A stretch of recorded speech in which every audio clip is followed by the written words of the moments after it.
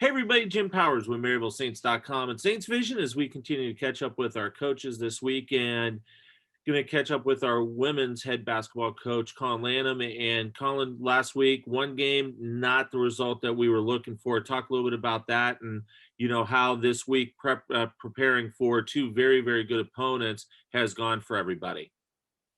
Yeah, we've had an eye-opening, week here.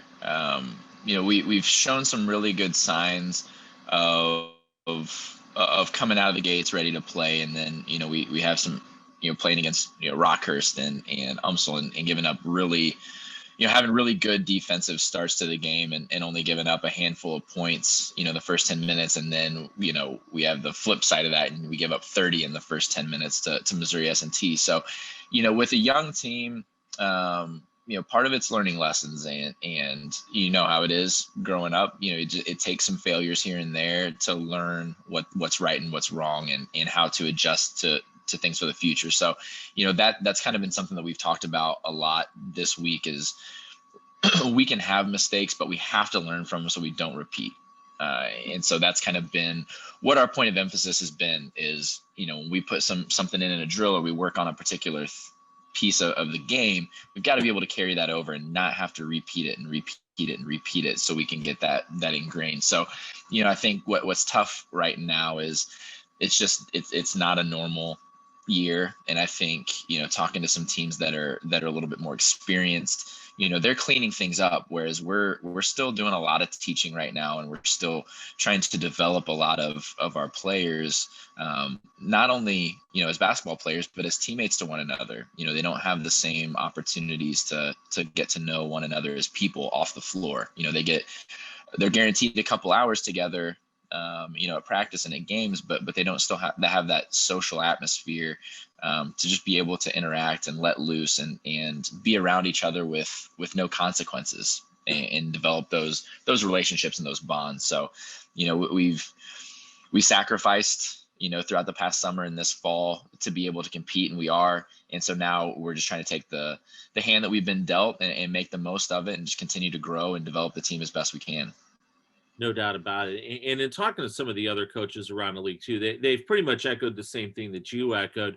You're guaranteed that 2 hours a day, but then after that, it's tough. And especially for the incoming freshmen, this is their first college experience, and it makes it very difficult for them to, be able to sit down and pick, a Jada Jansen's brain a little bit or a Taylor Kirby's brain a little bit because of just everything that we're all dealing with right now.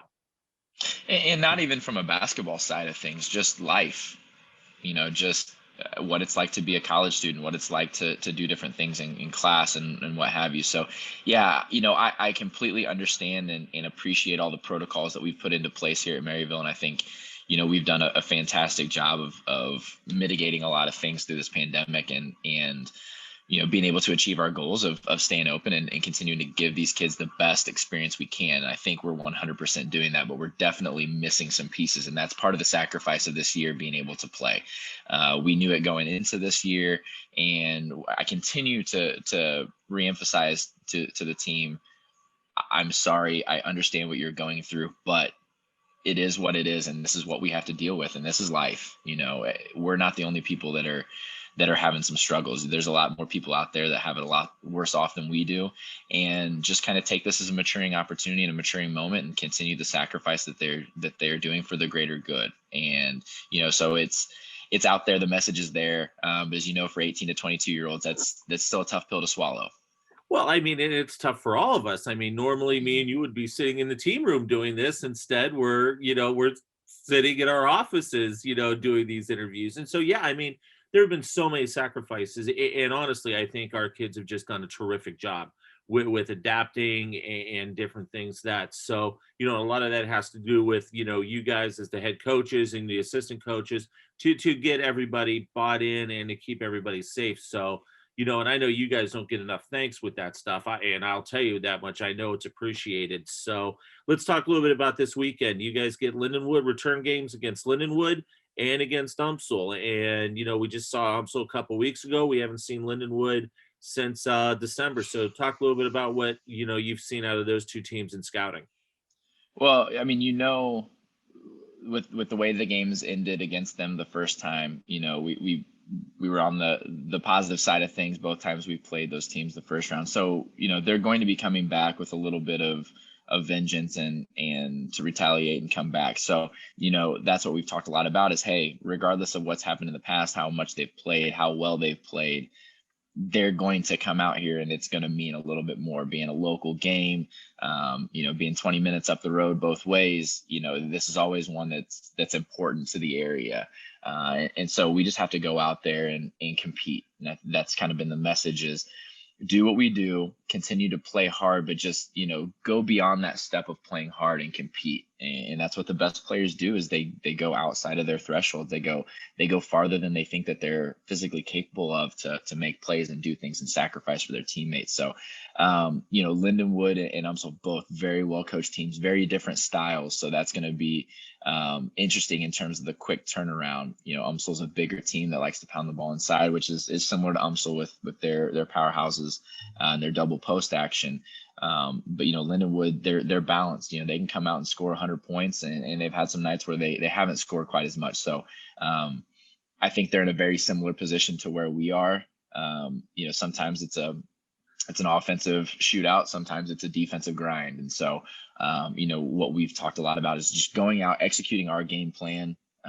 Our coaches have done phenomenal jobs in getting our scouting reports prepared. So we just need to go out, execute, follow those plans, and max out right now. We've got 3 or 4 weeks left here in the season. There's nothing to hold back. We've sacrificed and we've put, enough sweat and tears and blood into the past 10 months. Let's go another month hard right here and just lay it out on the line. And so, we're playing one game at a time, one quarter at a time, 1 5-minute war at a time, and just keep pressing through and pressing through. No doubt about it, buddy. Well, good luck this weekend, and we'll be glad to finally get you guys back home next week to wrap up the home part of the schedule. But let's take care of business on the road here with our backyard rivals. Yes, sir. Collin Lanam, our head women's basketball coach, joins us, and they'll take on Lindenwood tonight up at Highland Arena. That is a 5:00 start. You'll be able to follow all the action on the GLVC Sports Network. Once again, no fans still allowed for the basketball side of things. And then on Saturday up at the Mark Twain Center up at UMSL, it'll be a 1:00 start. Once again, everything covered for you on the GLVC Sports Network. Plus, we'll have you covered on all of our social media networks all weekend long as we follow how our women's basketball team is doing as we start to enter the stretch run of the 2021 season. For Coach, I'm Jim Powers. Thanks so much for tuning in to MaryvilleSaints.com and Saints Vision. Have a great week. And as always, go Saints.